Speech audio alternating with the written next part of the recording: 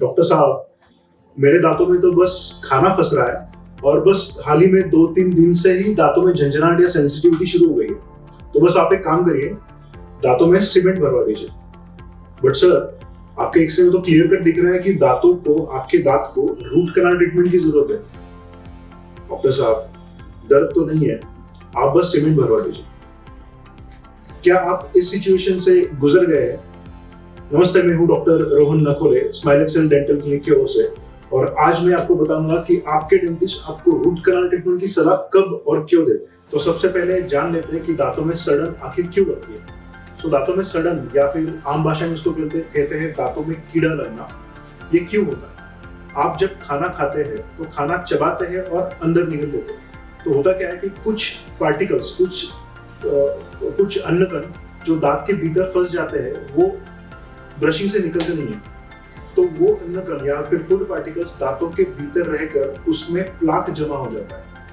वो प्लाक, अगर आप दांतों का क्लीनिंग नहीं करवाते हैं तो प्लाक के ऊपर लेयर बन के उसका टार्टर या कैलकुलस में रूपांतर हो जाता है, और वो कैलकुलस या दांतों में फंसा हुआ खाना बैक्टीरिया को उसका खाना लगता है।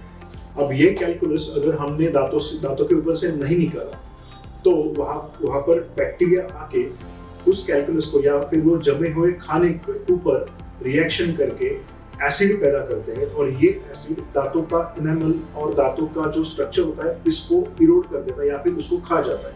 उसको बोलते हैं कीड़ा लगना। दांतों में सड़न लगने की स्टेजेस होती है। अब ऐसा नहीं होता है कि आप रात में सो गए और सवेरे उठ के दांत में सड़न लग गई और दूसरे दिन आपको रूट कैनाल करना पड़े, ऐसा नहीं होता।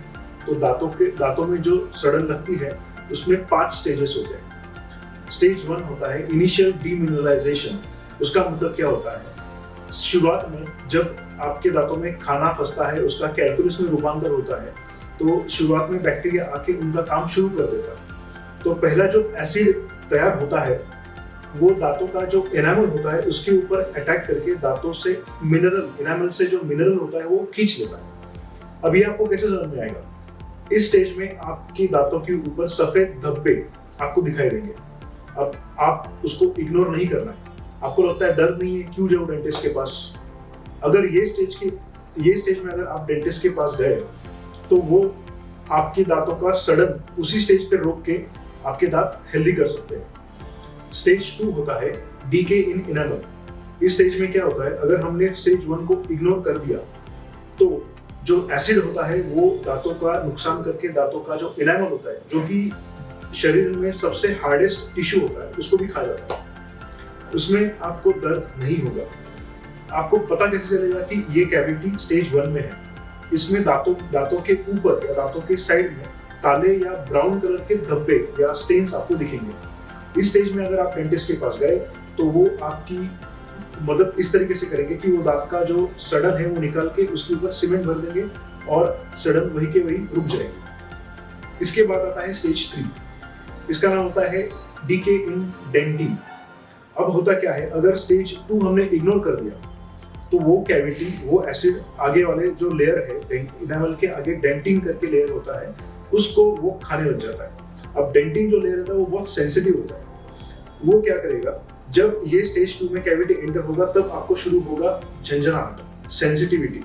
आपको ठंडा गर्म चीजों से सेंसिटिविटी शुरू हो जाएगी। इस स्टेज में भी अगर आप डेंटिस्ट के पास जाते हैं तो चांसेस है कि आपको डेंटिस्ट सड़न निकाल के सीमेंट भर के उससे डीके है वो वही के वही रोक देंगे।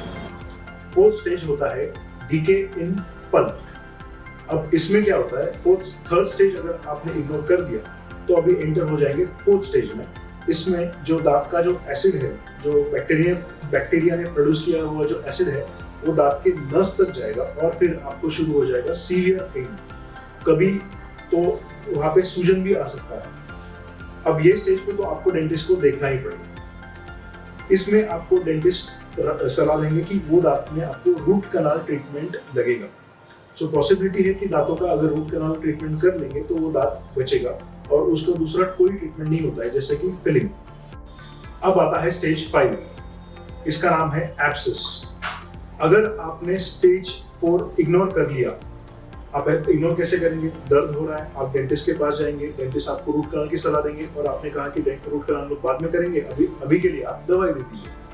अगर ये सिलसिला चालू रहेगा तो वो इन्फेक्शन जाएगा आपके दांतों के अंदर, रूट के बाहर, बोन के अंदर, हड्डी के अंदर, और तब वहाँ पे एब्सेस होता है या फिर वहाँ पे पस हो जाता है और इसमें आपको बहुत ज्यादा पेन और स्वेलिंग या सूजन आ जाती है।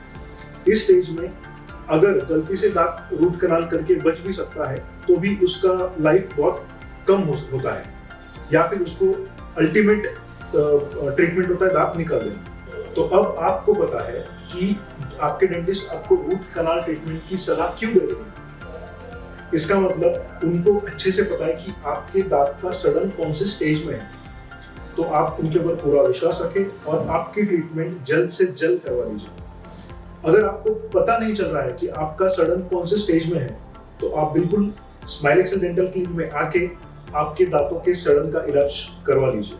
शुक्रिया।